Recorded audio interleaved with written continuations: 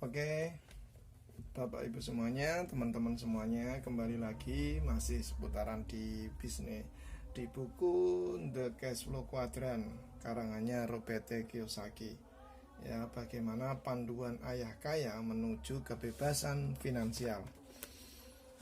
Kita akan lanjutkan ya. Di sini ada catatan penting, salah satunya adalah bagaimana berbagai metode untuk memperoleh penghasilan. Ya, yang kedua, Anda bisa menjadi kaya atau menjadi miskin di 4 kuadran itu. Tidak semua kuadran sama. Dan ini berbagai macam cara berbeda menghasilkan uang. Ya. Ayah berbeda, pemikiran berbeda tentang uang, ya. Nah, kita memang mau tidak mau itu bagaimana caranya kita memilih kita berada di kuadran yang mana. Oke, kita akan ulas lagi.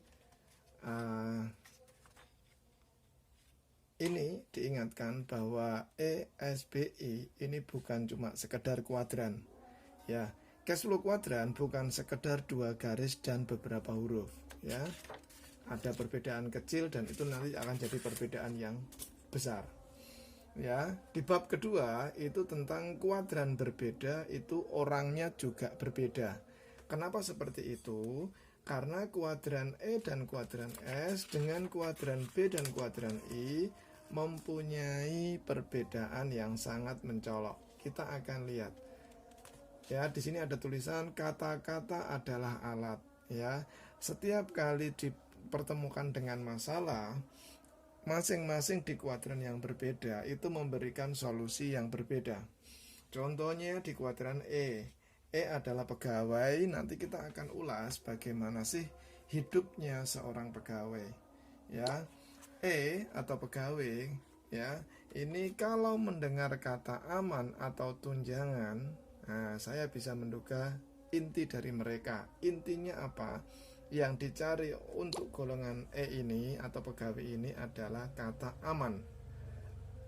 Ya, kata aman adalah sebuah kata yang sering digunakan sebagai reaksi terhadap emosi takut. Jika seorang merasa takut, maka kebutuhan akan rasa aman adalah frase yang lumrah digunakan oleh mereka yang terutama berasal dari kuadran E.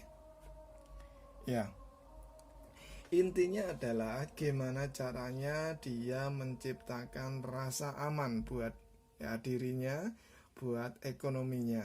Dengan cara apa? Dengan cara dia mendapatkan gaji yang besar. Dengan kata yang kedua adalah tunjangan yang besar. Jadi orang-orang yang hidup dari kuadran E ini orang-orang yang menginginkan kata aman, dapat penghasilan tiap bulan dan dapat tunjangan, ya, sebagai penunjang dia untuk ekonominya, ya. Seperti, ya, misalnya jaminan kesehatan atau pensiun. Kuncinya adalah mereka ingin merasa aman dan melihatnya tertulis hitam di atas putih. Ya, ketidakpastian tak membuat mereka bahagia. Kepastianlah yang membuat mereka bahagia. Cara berpikir mereka adalah aku akan memberimu ini dan kau berjanji akan memberiku itu sebagai imbalannya. Jadi ada hukum timbal balik di dalamnya. Intinya adalah perasaan aman karena dia bisa mendapatkan rutin setiap bulan. Itu yang diharapkan dari yang namanya kuadran E atau pegawai.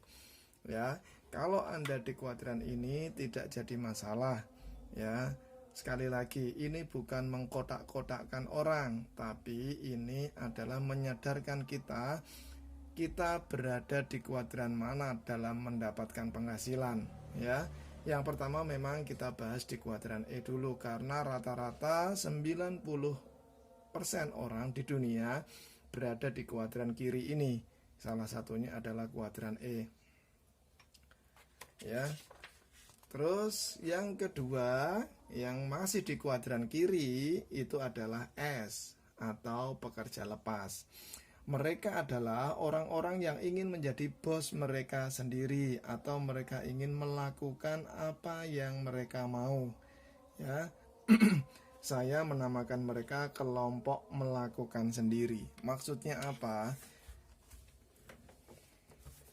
DS itu terkadang tidak bisa mewakilkan untuk orang lain. Dia hanya bisa melakukannya sendiri dengan caranya dia. Ya, dia tidak ada penghasilan tetap, dia tidak mau diperintah orang, dan dia menentukan hidupnya sendiri. Ya,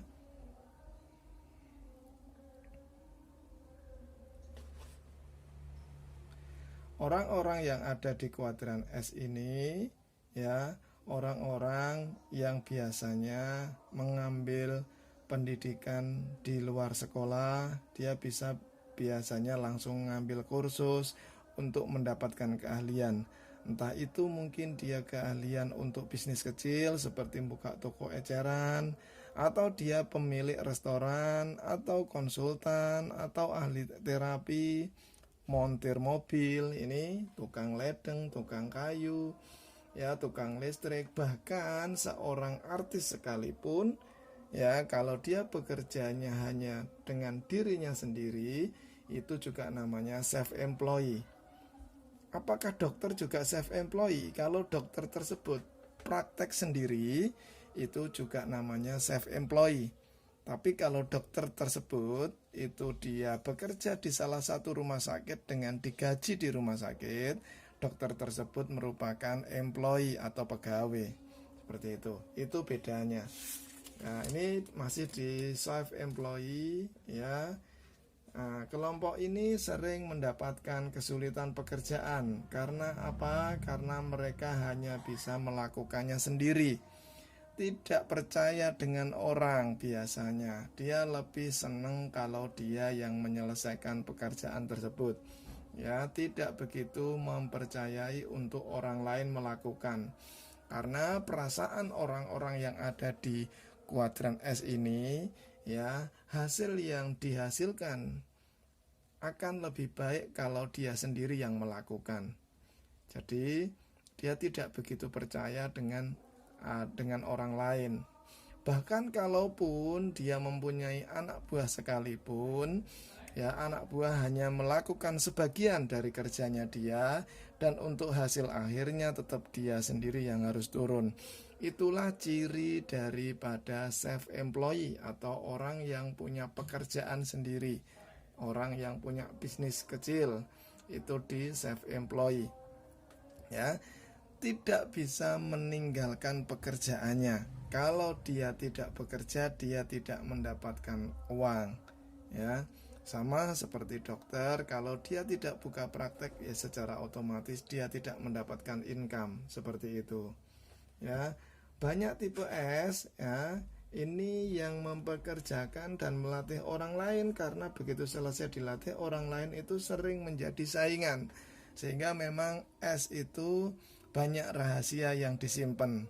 Ya, tidak semuanya bisa disampaikan kepada anak buahnya, karena dia ada kekhawatiran kalau anak buahnya pintar, nanti anak buahnya akan buka usaha yang seperti dia. Itulah kenapa S itu tidak bisa diwakilkan, atau self-employed jarang sekali yang bisa mewakilkan kepada orang lain. Terus berikutnya itu adalah B. Ini yang mungkin akan kita bahas lebih panjang. Ya, B ini singkatan dari pemilik usaha atau business owner. Ya, owner dari sebuah usaha besar. Ya, B ini memang untuk di awal dia bekerja, dia tidak bisa langsung menghasilkan uang apabila di B ini. Kenapa? Karena dia perlu untuk membangun asetnya dulu. Jadi istilahnya apabila kita bangun bisnis arahnya bisnis owner, ya, kita harus menyiapkan segala sesuatunya terlebih dahulu. Ya, itu untuk yang pertama. Jadi perusahaan bersistem, ya, itu adalah yang pertama, di mana kita setelah mendirikan perusahaan, kita harus juga menetapkan sistem di dalamnya. Ya, sistem itu terdiri dari apa? Terdiri dari berbagai macam peranti mulai struktural. Di situ siapa direkturnya, siapa manajernya, siapa supervisornya, siapa karyawannya, siapa satpamnya, jam berapa mereka masuk, gimana cara mengoperasikan mesinnya dan sebagainya. Itu semua adalah sistemnya. Ya, perlu modal yang sangat besar untuk punya bisnis bersistem, ya. Untuk punya bisnis, untuk memulai sebuah bisnis owner seperti itu. Tapi kalau sudah jadi, ya anak cucunya nanti tinggal menikmati. Itulah enaknya kalau kita punya bisnis yang arahnya bisnis yang bangun aset, ya. Bisnis owner ini kalau mungkin di sekitaran kita, mungkin di Indonesia ada perusahaan-perusahaan raksasa, ya, miliknya swasta, contohnya mungkin perusahaan rokok, mungkin ya. Di Kediri ada namanya Gudang Garam, itu pemiliknya dulu bangunnya memang luar biasa. Jadi mulai dari nyiapkan lahan, nyiapkan uangnya, bangun pabriknya, sampai bangun sistemnya. Ya, setelah jadi sistem berjalan, anak cucunya tinggal menikmati hasil daripada bapaknya dulu atau kakeknya dulu yang membangun, seperti itu. Ya, itu contoh dari perusahaan bersistem, ya, perusahaan-perusahaan besar. Walaupun pemiliknya meninggal sekalipun, perusahaan tersebut sudah jadi dan tinggal menikmati hasil dari usaha yang dijalankan. Ya, intinya tidak terpengaruh siapa yang megang perusahaan karena ada sistem di dalamnya. Untuk perusahaan bersistem ini tidak semua orang bisa, tapi memang harapannya semua orang diharapkan oleh buku ini diharapkan mempunyai mental yang seperti pemilik usaha atau pemilik bisnis atau business owner, ya. Dia tidak mungkin bisa melakukan sendiri. Ini bedanya. Jadi kalau di self-employee, dia tidak bisa mewakilkan orang, tapi kalau di business owner justru malah sebaliknya. Ya, di business owner kita harus mewakilkan pekerjaan kita. Jadi business owner ini adalah keahlian kita untuk bagaimana caranya kita bisa mengelola usaha kita, kemampuan kita, orang-orang di bawah kita kelola untuk bisa mengerjakan pekerjaan yang seharusnya. Itu uniknya, beda dengan self-employed yang dia tidak bisa mewakilkan orang lain. Tapi kalau di business owner ini justru orang lain harus bisa, orang lain harus bekerja sesuai dengan rule-nya, ya. Nah, di sini dibutuhkan itu kepemimpinan. Jadi memang di awal bangun sebuah bisnis itu adalah butuh pemimpin. Pemimpin yang apa? Pemimpin yang bisa membangkitkan kemampuan terbaik orang.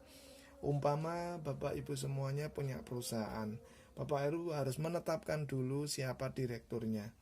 Untuk menetapkan siapa direkturnya tidak asal comot, tapi bagaimana si direktur ini nantinya bisa mengelola seluruh stafnya, seluruh jajaran supervisornya dan sebagainya sehingga perusahaan bisa jalan. Intinya di situ ada kemampuan untuk bagaimana bisa membangkitkan kemampuan terbaik orang, ya, orang-orang yang bekerja untuk kita. Nah, itu adalah kemampuan seorang business owner, ya. Terus yang kedua, memang kemampuan seorang pemilik bisnis adalah tidak pantang menyerah. Jadi memang harus ulet dan memang harus punya mental yang baja. Apapun yang terjadi harus jalan. Beda dengan orang-orang yang ada di E, yang cenderung untuk aman. Kalau orang-orang yang ada di B, business owner, ini justru memang dia menghindari kata-kata seperti aman, ya. Yang dicari justru malah beda, ya. Beda, kenapa? Yang dicari adalah bebas, bukan aman. Aman dengan bebas itu berbeda. Kalau aman hanya sebatas aman saja, tapi kalau bebas semua bisa dilakukan. Kenapa? Karena bebas.